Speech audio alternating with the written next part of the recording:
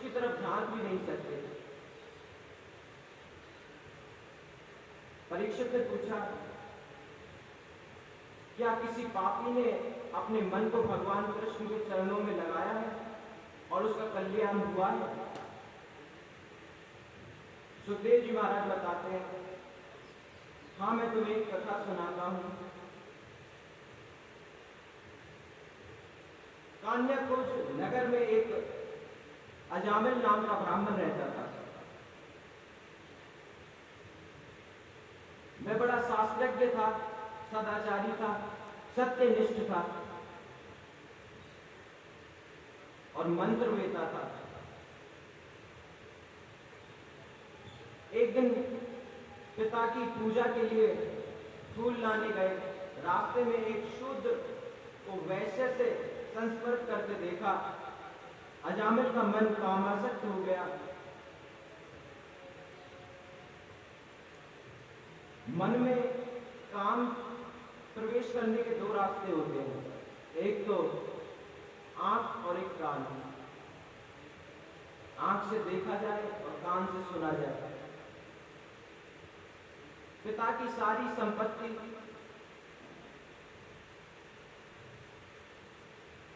वैश्याओं के ऊपर लुटा दी। अब तो इतने कामी हो गए कि वैश्याओं को घर में बुला लेते थे। अपनी धर्म पत्नी को त्याग दिया, माता पिता का भी त्याग कर दिया। वैश्याओं के संपर्क से उसका ब्राह्मण तत्व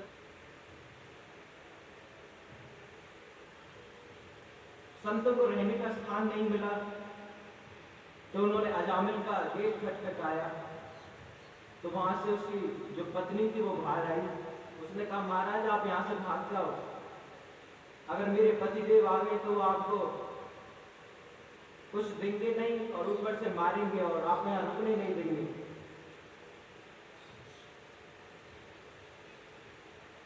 तो संतों ने कहा कि आपके पति इतने दुष्ट हैं, चलो आप हमें भोजन बनाने के लिए सामान दे दीजिए, हम यहीं पे भोजन बना लेंगे। तो ऐसा प्रतिदिन संत वहां से प्रसाद ले आया करते थे, सामग्री ले आते थे।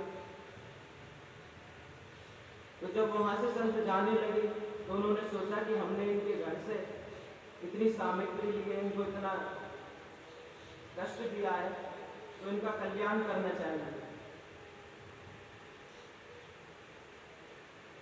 तो सोचा इनका कल्याण कैसे होगा। तो कलयुग में मनुष्य का कल्याण कैसे होता है? भगवान के नाम से। लेकिन उनको पता था कि अजामिल भगवान का नाम तो लेगा नहीं, किसी के माध्यम से दिलाना पड़ेगा। तो उस समय जो अजामिल की पत्नी थी, उसके गर्भ में बच्चा था। तो संतों ने क्या किया, कैसे भी करके उस बच्चे का नाम नारायण रखवा दिया। अजामिल से कहा कि भगवान हमें कुछ नहीं चाहिए, बस आप अपने बेटे का नाम नारायण रख देना।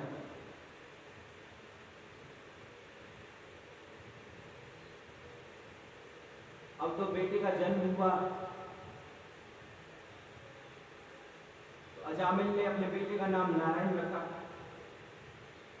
अब तो जब भूख लगे तो कहे कि बेटा नारायण मेरे लिए रोटी ले आओ, बेटा नारायण मेरे लिए पानी ले आओ। हर बात के लिए नारायण को बुलाए, कि सबसे छोटा बेटा था ना उसका।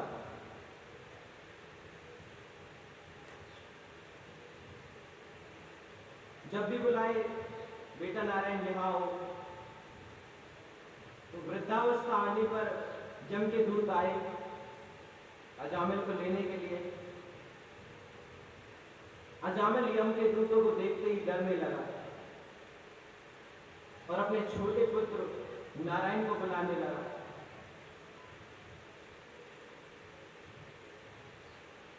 अब भगवान के पार्षदों ने देखा कि कोई हमारे प्रभु का नाम ले रहा है। तुरंत विष्णु के दूत अजामिल के पास आ गए। यमदूत ने पूछा कि आप कौन हैं? उन्होंने बताया, हम भगवान के पार्षद हैं। इसने अंतिम समय में हमारे प्रभु का नाम लिया है, इसके लिए इसे हम भगवान के पास ले जाने के लिए आए हैं। यह बड़ा धर्मात्मा है। यम के दूत कहने लगे, महाराज यह बड़ा पापी है, जीवन में एक बार भी प्रभु का नाम नहीं लिया। ये वैश्यागामी है, अपनी धर्मपरायण पत्नी को त्याग दिया, माता पिता को त्याग दिया, ये नरक में जाने योग्य है।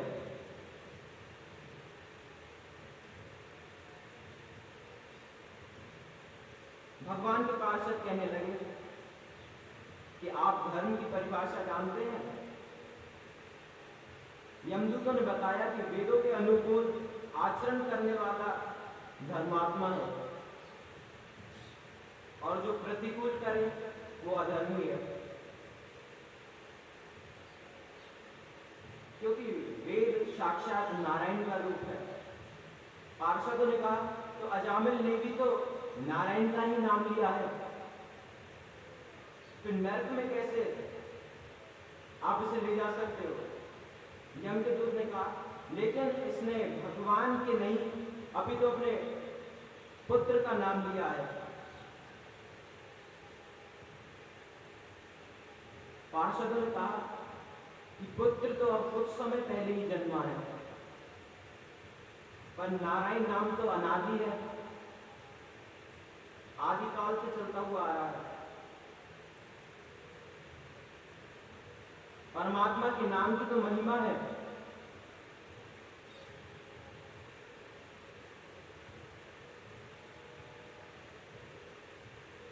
तो अजामिल को नरक में नहीं जाने दिया।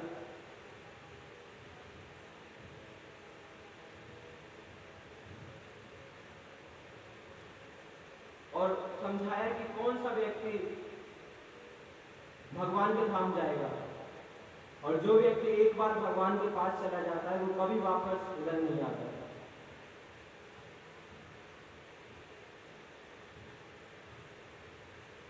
प्रेम से कहो जय श्री कृष्ण, जय श्री कृष्ण, जय श्री कृष्ण। परीक्षित ने कहा, हे सुखदेव जी, स्वयंभू मनु में सृष्टि का क्रम आगे कैसे बढ़ाया, वो जरा मुझे बताइए।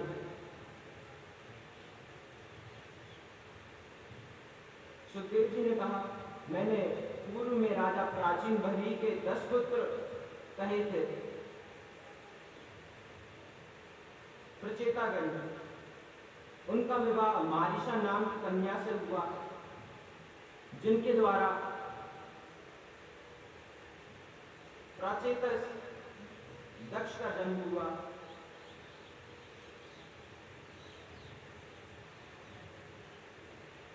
दक्ष ने सृष्टि विस्तार करने के लिए भगवान की तपस्या की, भगवान का दर्शन हुआ। पुरंजन नामक प्रजापति की पुत्री अशीकनी से विवाह हुआ। उनसे विवाह करके मैथिली सृष्टि प्रारंभ करने लगे।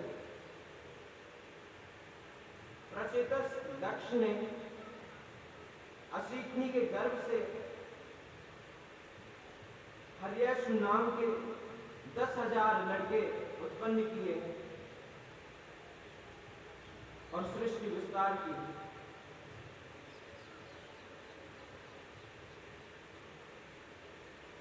इस प्रकार उन्होंने सृष्टि का विस्तार किया। अब यहां अदिति के 12 पुत्र हुए, 12 आदित्य, विवस्वान,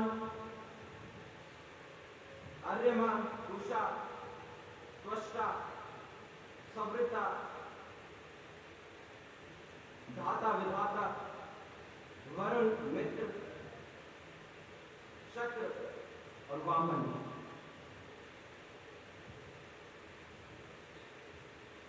जिसमें चौथे नंबर के पुत्र त्वष्टा का विवाह दैत्यों की बहन रचना से हुआ।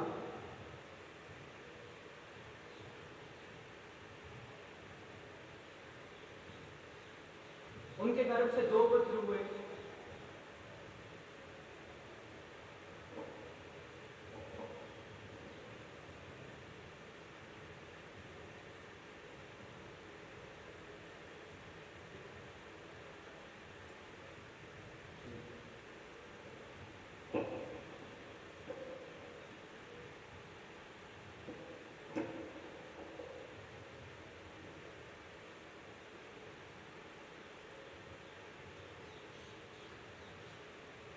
जिनसे 2 पुत्र हुए,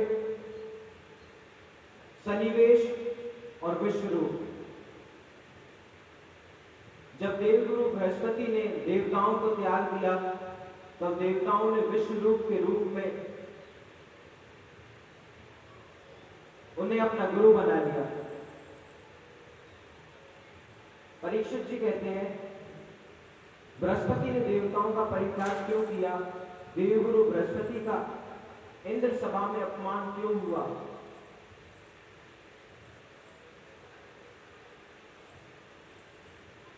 दैत्यों की स्वर्ग पर चढ़ाई क्यों हुई? देवता ब्रह्मा जी की शरण में क्यों गए? ब्रह्मा ने कहा विश्वरूप के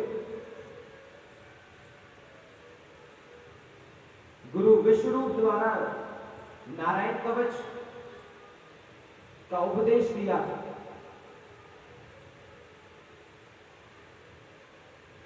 देवताओं की स्वर्ग पर विजय हुई।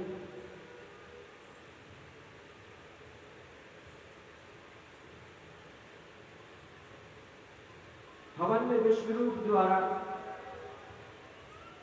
चुपके से मुख से दैत्यों की आहुति विश्वरूप के 3 मुख थे। इंद्र को पता चला तो उनके सिर काट दिए। उनको ब्रह्म हत्या का पाप लगा।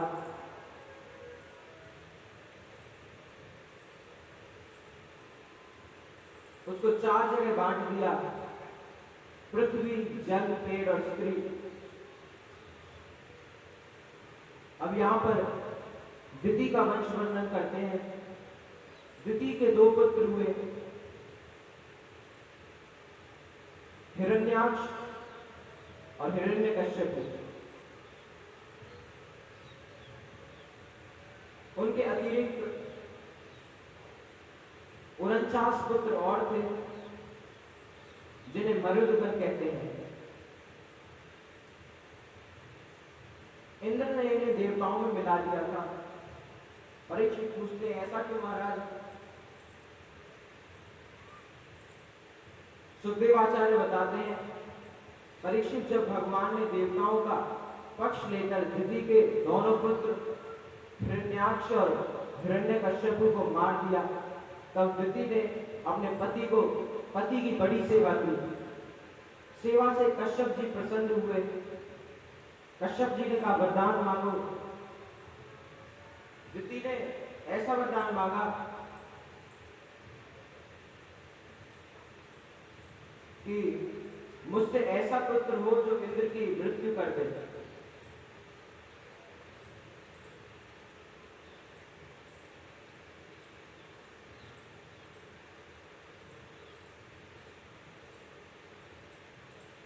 यहां पर परीक्षित जी पूछते हैं, भगवान हमारे मन में एक शंका है कि भगवान के लिए देवता और दैत्य समान है। भगवान भेदभाव रहित हैं, लेकिन भगवान ने देवताओं के लिए दैत्यों का वध क्यों किया? यह तो उनके स्वभाव अनुकूल है। सुखदेवाचार्य बताते हैं, राजा आपका प्रश्न बड़ा ही उत्तम है। इसी विषय में आपके दादा युधिष्ठिर जी ने नारद जी से यह प्रश्न पूछा, हे नारद जी, भगवान कृष्ण में समा जाना बड़े बड़े योगियों के लिए भी दुर्लभ है, फिर उनसे द्वेष करने वाले जैसे शिशुपाल को यह गति कैसे मिली?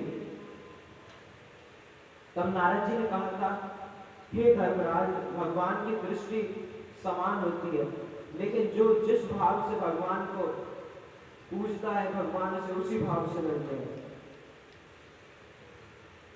भगवान उसे उसी रूप में प्राप्त होते हैं।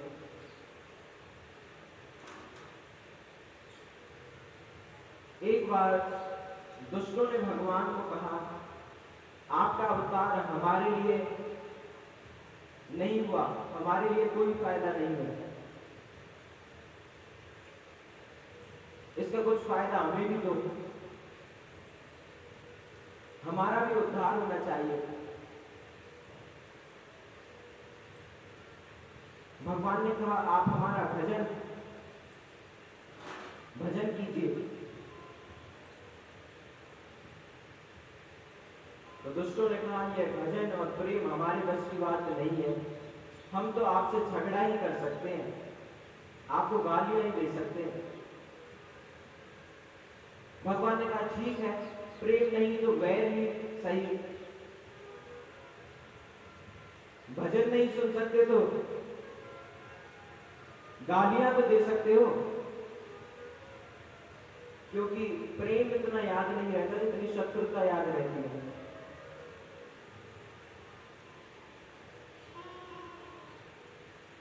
तो जो गति भक्तों को भजन से मिलती है, वही गति गाली देने वाले राक्षसों को भी मिली, जैसे शिशुपाल को,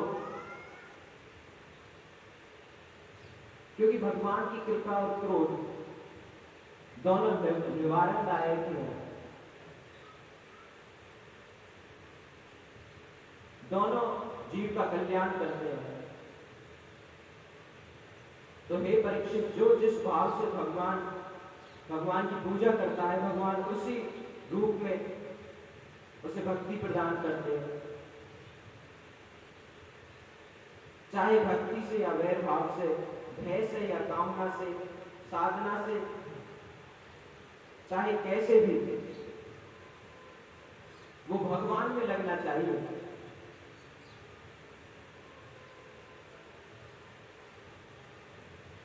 जैसे गोपियों ने प्रेम से किया था, कंस ने भय से, शिशुपाल ने गालियां देकर, और बाकी सब राजाओं ने द्वेष से, कुछ ने अपने स्नेह से परमात्मा को प्राप्त किया। गोपियां प्रेम दीवानी होकर गाती थी, इसीलिए गोपियों को किस रूप में मिले? पति के रूप में।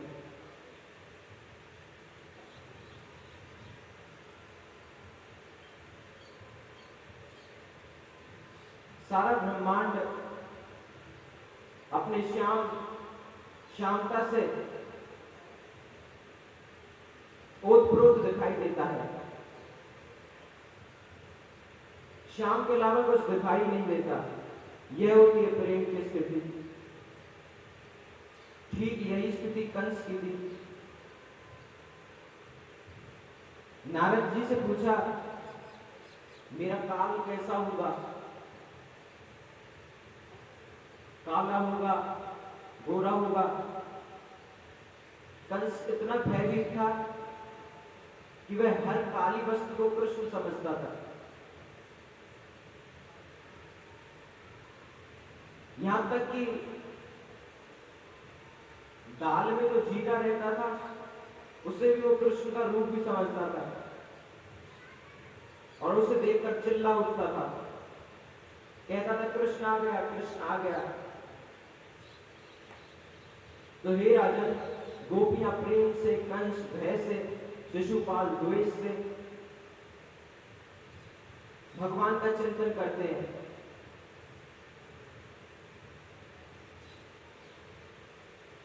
इस प्रकार जितने भी भक्त हैं ये सभी भगवान की भक्ति करते हैं अलग अलग प्रकार से।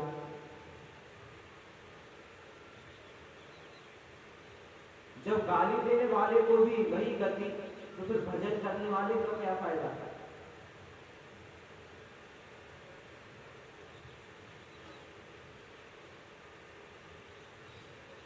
जैसे गंगा स्नान का उदाहरण है कि जब हम गंगा स्नान करने जाते हैं तो हमारे पूर्वज खुश होते हैं कि हमारे संतानें ऐसे हुई जो गंगा स्नान करने आ रही हैं। लेकिन वहीं पे कुछ ऐसे होते हैं जो हमारा सामान लेकर भाग जाते हैं, उनके भी पूर्वज ऊपर से देखते हैं कि हमारी संतानें कैसी हुई हैं।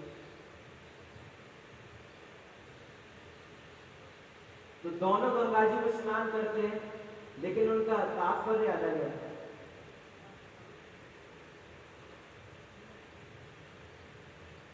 सुखदेवाचार्य कहते हैं, परीक्षित आपका प्रश्न, भगवान देवताओं की रक्षा करते हैं और दैत्यों को मारते हैं।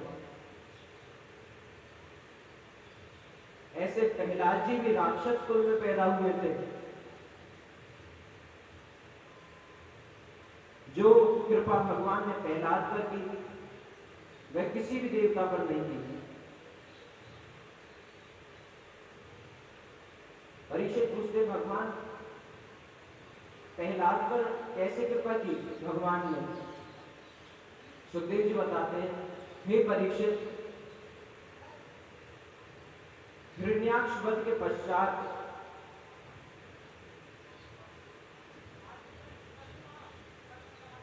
हिरण्यकश्यप ने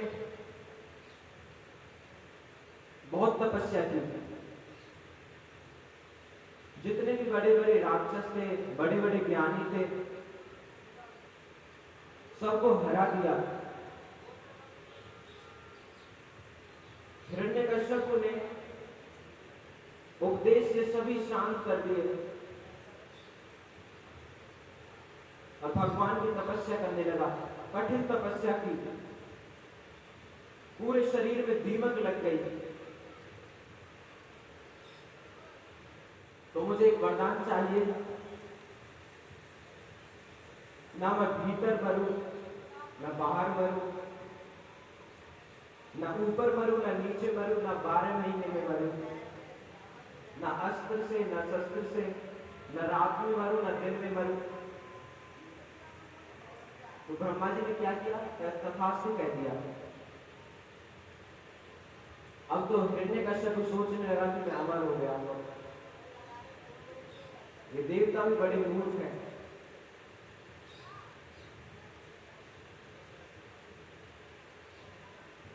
दिग्विजय करके सब देवताओं को अपना सेवक बना लिया। इंद्र आदि देवता झाड़ू पोछा करते थे। सब देवता भगवान से प्रार्थना करने लगे, प्रभु जिंदगी भर इसके यही सेवा करनी पड़ेगी, यह कब मरने वाला है? भगवान ने बताया कि चिंता मत करो, समय की प्रतीक्षा करो, क्योंकि कोई भी प्राणी, गाय, ब्राह्मण, संत को जो सताता है उसका नाश शीघ्र ही हो जाता है।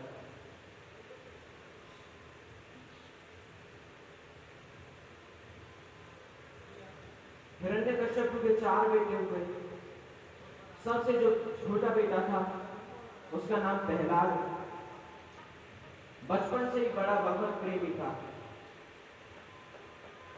सुखदेव जी कहते हैं, प्रहलाद को बचपन से ही एक ग्रह लग गया।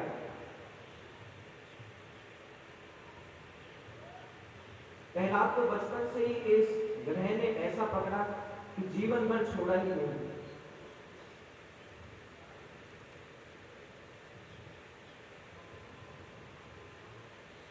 कभी भक्ति के आवेग में रोने लगते हैं, कभी हंसने लगते हैं, कभी नाचने लगते हैं। प्रहलाद को विद्यालय में भेजा गया।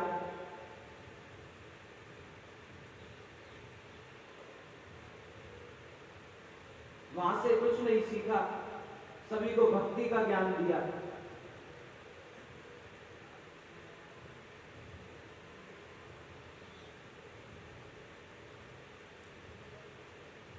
जो शिक्षा राक्षसों ने बताई, प्रहलाद ने वो ग्रहण नहीं की, परंतु प्रहलाद को कौन सी शिक्षा अच्छी लगती थी? भगवान की। भगवान को, प्रहलाद जी को दैत्यों के जो शिक्षा थी वो बिल्कुल अच्छी नहीं लगी। एक दिन हिरण्यकश्यप पाठशाला में आए और अपने बेटे से कहने लगे, बेटा प्रहलाद, आपने क्या सीखा है? तो प्रहलाद ने कहा, पिताजी हमने बहुत बढ़िया पाठ सीखा है। हिरण्यकश्यप ने सोचा कि हाँ, लूटपाट, चोरी, अनीति, अत्याचार आदि सब सीख लिए होंगे। तो कहने लगा, हाँ बेटा बताओ। तो प्रहलाद महाराज ने कहा, पिता सारा संसार अंधा कुआं है, बुद्धिमान वही है जो हरि चरणों का आश्रय लेकर इसमें गिरने से बच रहा है। यही जीवन का सार है। हिरण्यकश्यप को बड़ा बुरा लगा।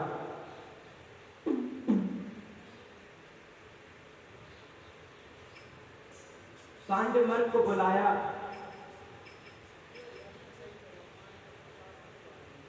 उनसे कहा, तुमने यही पढ़ाया है इसे?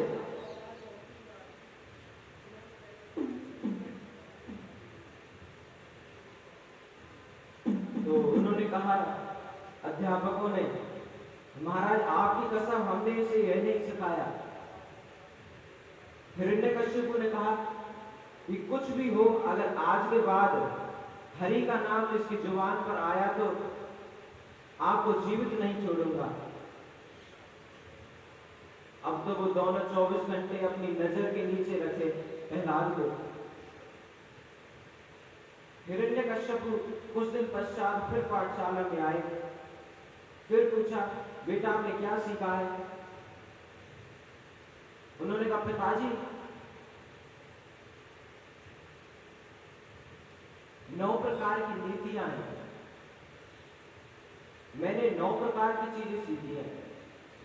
तो पिताजी को लगा कि इस बार तो कुछ अच्छा सीखा है इसने। तो बताने लगे, श्रवणम कीर्तनम विष्णु स्मरणम पाद सेवनम अर्चनम वंदनम दास्यम साख्यम आत्मनिवेदनम। प्रभु प्राप्ति के 9 साधन हैं, 9 प्रकार की भक्तियां हैं। श्रवण, कीर्तन, स्मरण, भगवान के चरणों की भक्ति, अर्चन, वंदन, दास्यम, निवेदन। इसमें जो श्रवण भक्ति है, श्रवण भक्ति के आचरण है। इसमें मुझे कीर्तन बहुत अच्छा लगता है।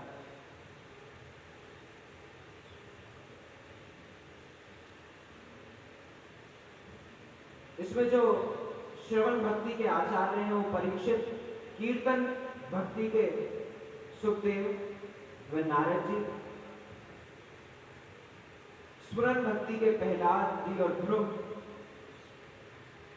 पाद सेवन के लक्ष्मी जी और केवट, और अर्चन के पृथु और कुब्जा, और वंदन के अक्रूर जी, और दास्य के हनुमान जी, साख्य के अर्जुन, और आत्मनिवेदन के बलि और जटायु।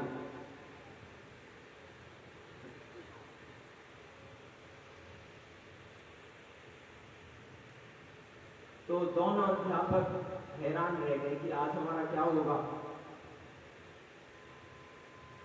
अब तो हिरण्यकश्यप ने पूछा, ये तुमने सिखाया है इसे? उन्होंने कह दिया, प्रभु ना हमने सिखाया है ना। हिरण्यकश्यप लाल पीला हो गया, राक्षसों को मारने की आज्ञा दी।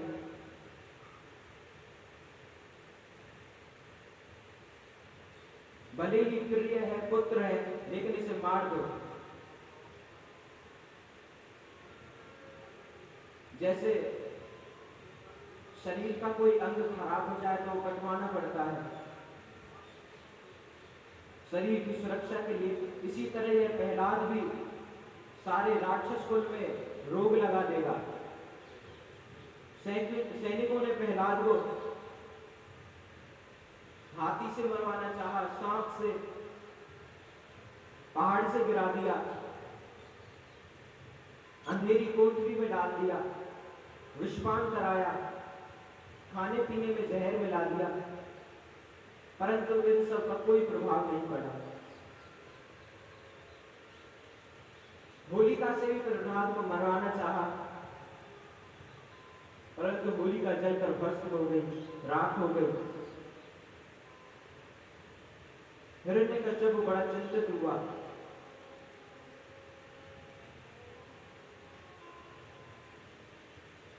उसने सोचा कि हम एक प्रयास कर सकते हैं कि इसे समझाएं।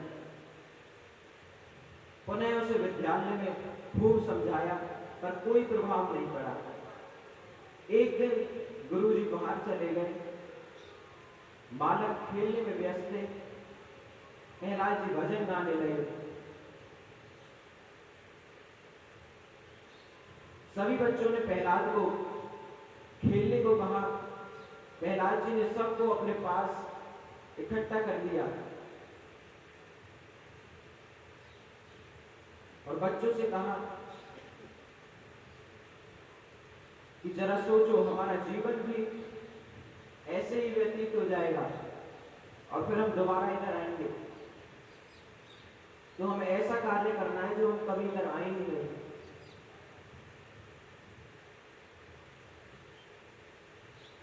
हमें भगवान का कीर्तन करना चाहिए। तो इसीलिए सभी को इकट्ठा करके भगवान का कीर्तन करने लगे। यह भी एक जन्म मरण का खेल है। इसमें दो मार्ग हैं, भक्ति मार्ग और ज्ञान मार्ग। या तो कितने ज्ञानी हो कि तुम्हारे ज्ञान के प्रकाश से परमात्मा प्रकट हो जाए, लेकिन यह मार्ग बहुत कठिन है। तो फिर भक्ति मार्ग, यह समर्पण का मार्ग है। हाथ जोड़कर कह दो, प्रभु आप तो बहुत बड़े हैं, मेरी सामर्थ्य नहीं है कि आपको ढूंढ लो। अब आप ही प्रकट होकर यह खेल खत्म कीजिए। इसीलिए हे बच्चों, जब तक परमात्मा नहीं मिलेंगे तब तक यह खेल खत्म नहीं होने वाला।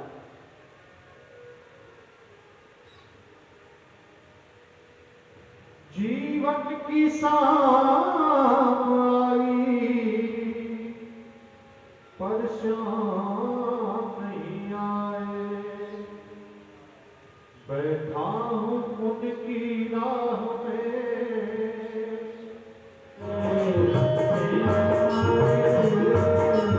जीवन सारा बीता आए, शाम आए, जीवन आए,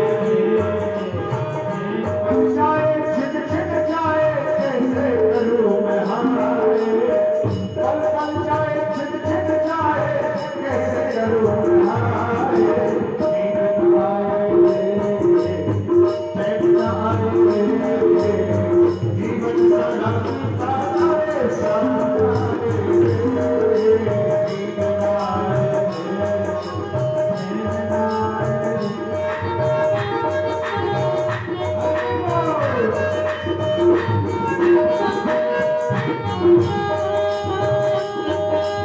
तेरे बिन गई बीती सदियाँ, तेरे बिन गई बीती सदियाँ, आजा प्राण प्यारे। तेरे बिन गई बीती सदियाँ, आजा प्राण प्यारे। तड़पत ही बिन नैन गुजारे, नैन बहे परारे प्यारे, नैन बहे परारे प्यारे, नैन बहे परारे। सपे नहीं सारी रात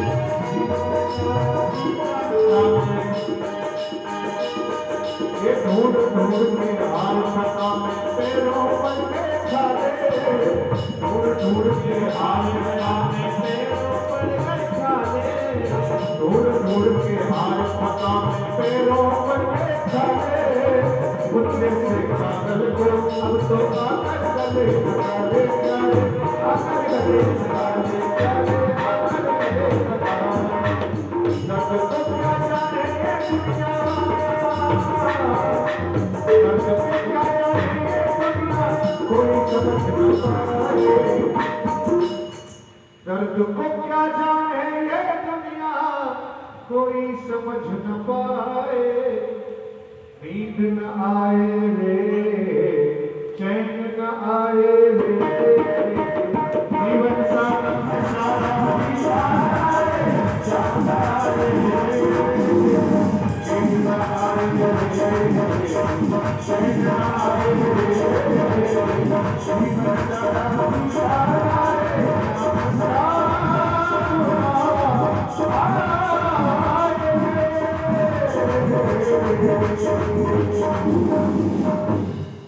बोले बाके बिहारी लाल की जय।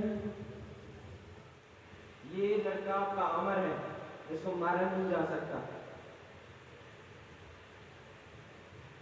तो हिरण्यकश्यप प्रहलाद महाराज से पूछने लगा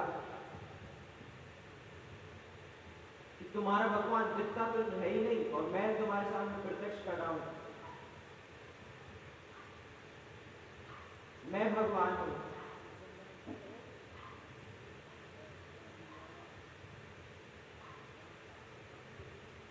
लेकिन प्रहलाद महाराज बताने लगे कि नहीं महाराज, हर जगह भगवान है। हिरण्यकश्यप ने गुस्से में आकर पूछा, क्या इस खंबे में भी भगवान है?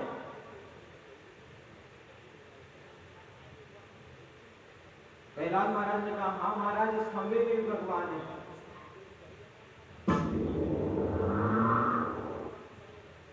तो उसने गुस्से में आके हिरण्यकश्यप ने तलवार से खंबे में प्रहार किया। तुरंत वहां से नरसिंह भगवान प्रकट हो गए। वो नरसिंह भगवान की अब तो सब हाथ जोड़कर खड़े हो गए। हिरण्यकश्यप भी भयभीत हो गया।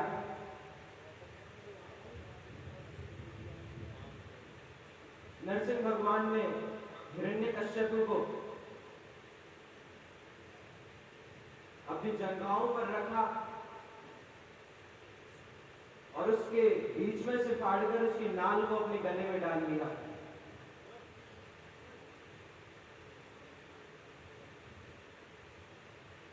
तो भगवान जब किसी को मारना चाहते हैं कैसे भी मार देते हैं, बेशक उसने कितने भी अब वरदान लिए हों।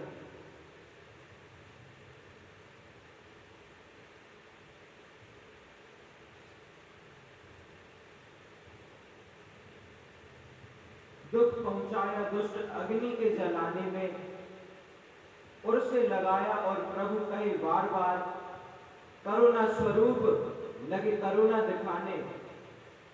मंजुल मुखार बिंद चूम चूम कहे प्रभु क्षमा करो, पुत्र मुझे देर हुई आने में।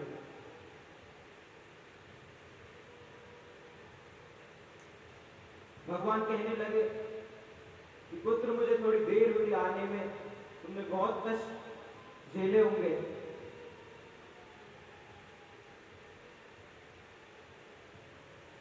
भगवान किसी से शांत नहीं हुए। प्रहलाद महाराज ने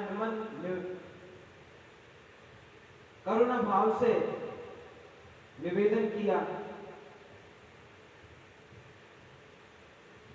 नरसिंह भगवान प्रहलाद के सिर पर हाथ फिराने लगे।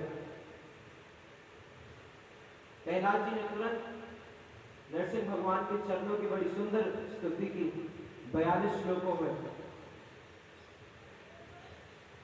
कहने लगे, प्रभु अब तक तो आपकी कृपालुता की कथा सुनता था, पर आज प्रत्यक्ष देख लिया। मैं तो समझता था कि मैं राक्षस कुल में हूं, प्रभु मेरे ऊपर कभी कृपा नहीं करेंगे, परंतु मेरे ऊपर तो वो कृपा की है जो आज तक किसी भी देवी देवता के ऊपर नहीं की।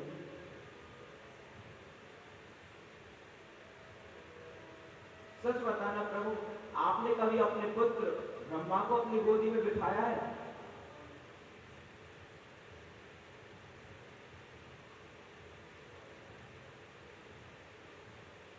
तो प्रहलाद महाराज की इतनी बड़ी कृपा की, असुरों के कुल में होने पर भी।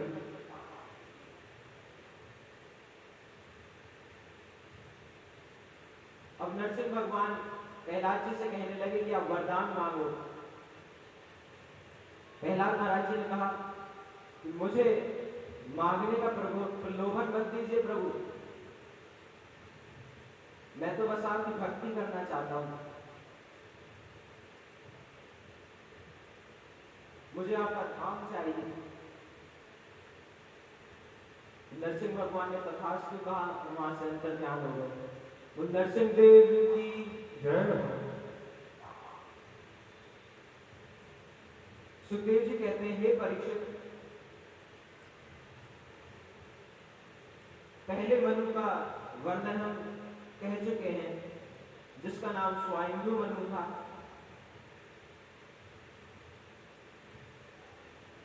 दूसरे मनु स्वारोचिस, ये अग्नि के पुत्र थे। इस मनवंतर में वेदशिरा ऋषि की पत्नी तुषिता के गर्भ से भगवान का अवतार हुआ।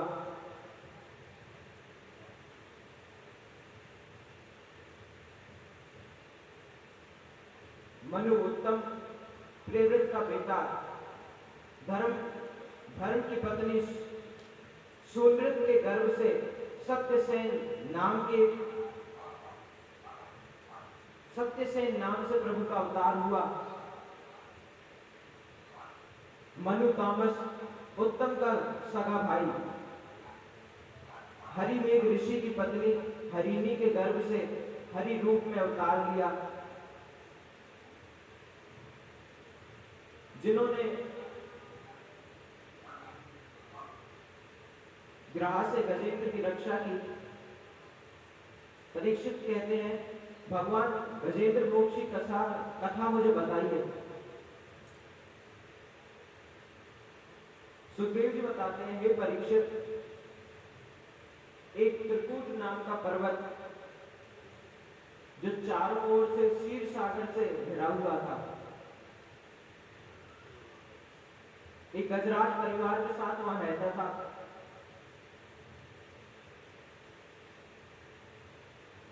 एक बार वह जल क्रीड़ा करने के लिए सरोवर में गया। ग्रह ने उसका पैर पकड़ लिया। 1000 वर्ष तक युद्ध चला।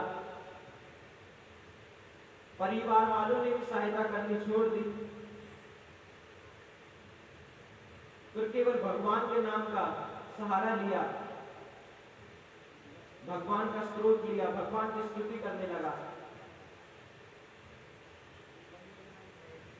भगवान ने अपने सुदर्शन चक्र से ग्रह का उद्धार किया और गजेंद्र को बचा लिया।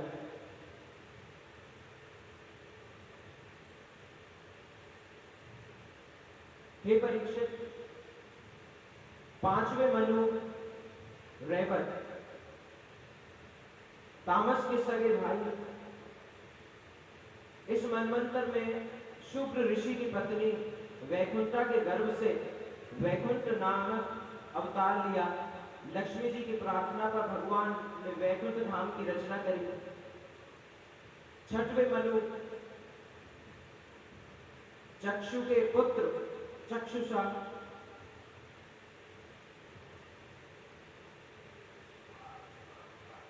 इस मनवंतर में वैराग की पत्नी संभूति के गर्भ से अजीत नामक अंशावतार हुआ, जिन्होंने समुद्र का मंथन कराया। वे ही कश्यप रूप धारण करके मंदराचल की मथनी के आधार बने।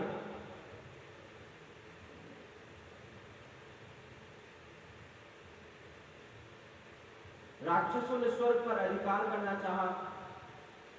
देवताओं ने भगवान की शरण ली। भगवान ने समुद्र मंथन कराया।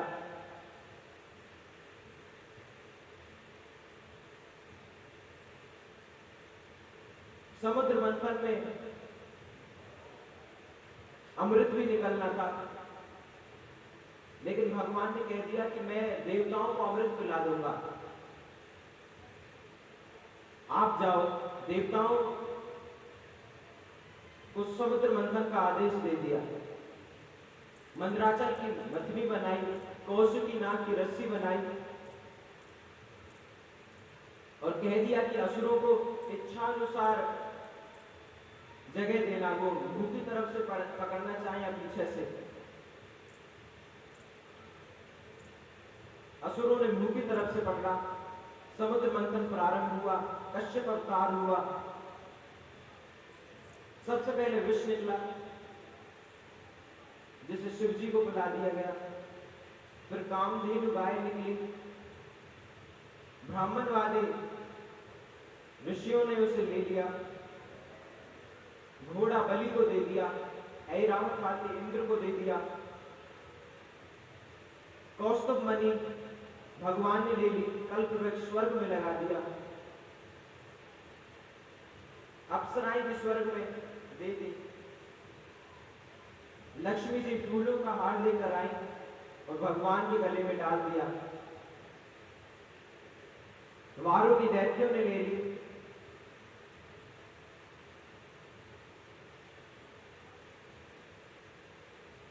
उसके बाद धन्वंतरी जी अमृत का कलश लेकर आए। इसमें भगवान ने जो वचन दिया था कि मैं देवताओं को पिला दूंगा, तो उस वचन को पूरा करने के लिए मोहिनी रूप धारण किया।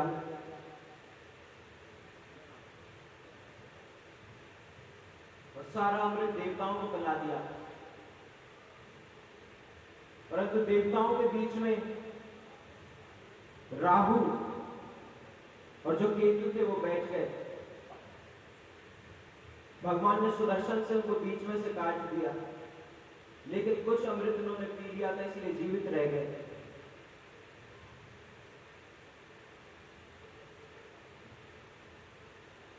उसके बाद भगवान ने सभी देवताओं को अमृत पिला दिया,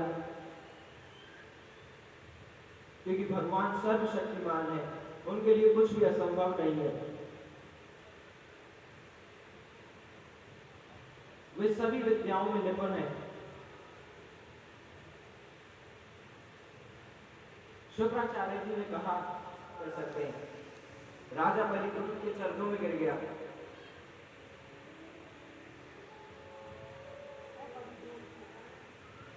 भृगुनंदन शुक्राचार्य ने भृगुवंशी ब्राह्मणों के साथ विश्वजीत नामक यज्ञ कराया।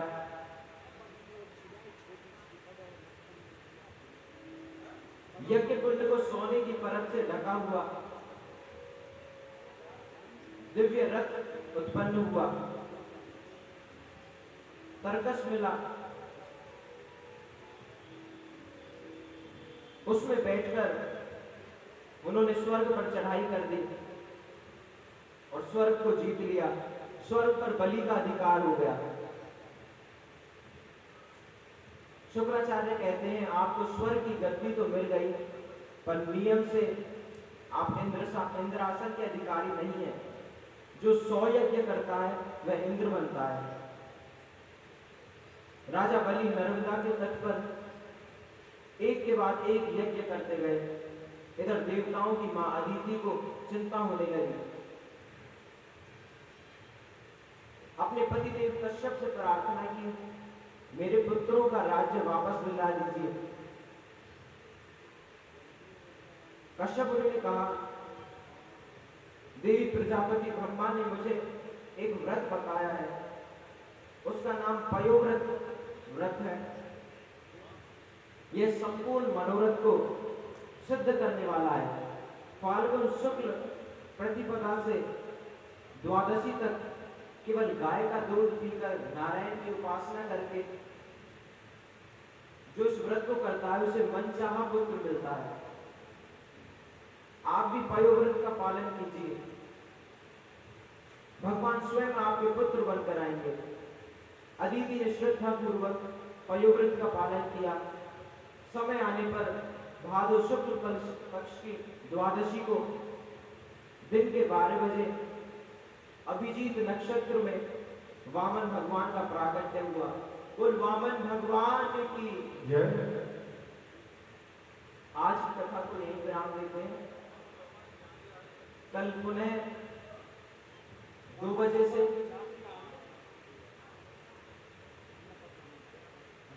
6 बजे तक कथा होगी। कितने कोई अच्छा समझेगा? आपके सामने बाबा भगवान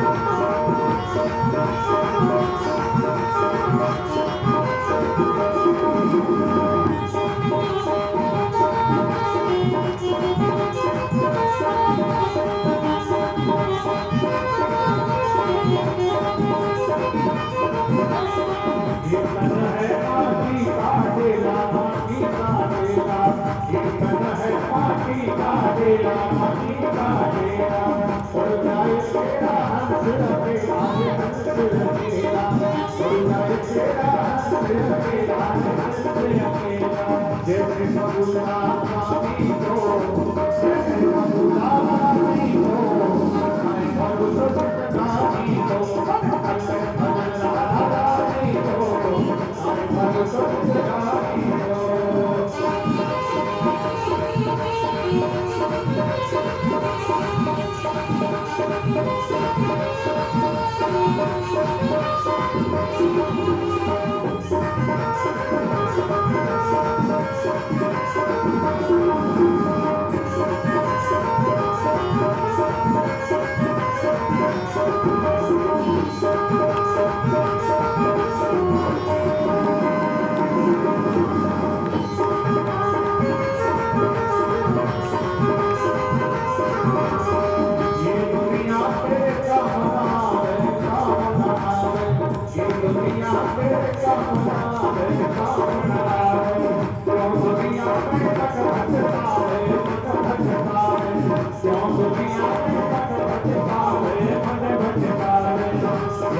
श्री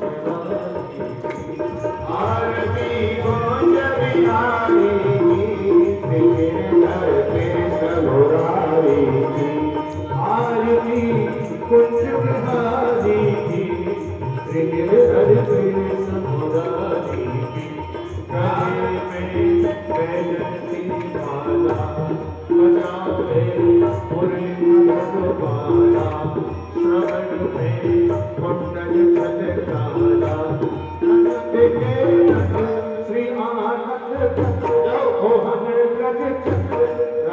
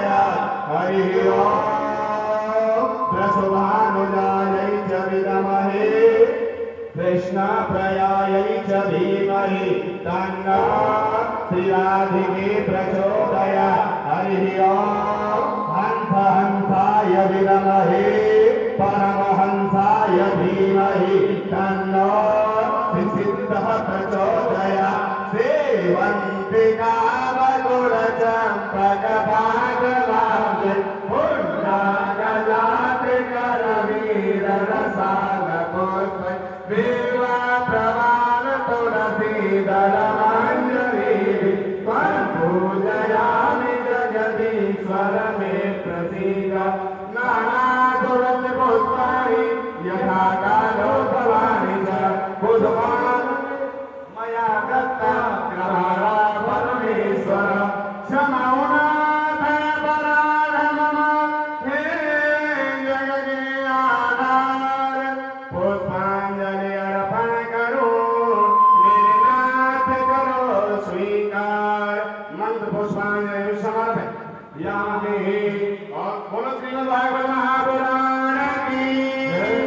श्री व्याजी महाराज की, श्री सुखदेवी महाप्रभु की, धर्म की, धर्म का, प्राणियों में विश्व का, संत समाज की, सनातन धर्म की गौ माता। आज रात्रि 8:30 बजे कीर्तन होगा। आप ज्यादा से ज्यादा भक्तगण सम्मिलित हो।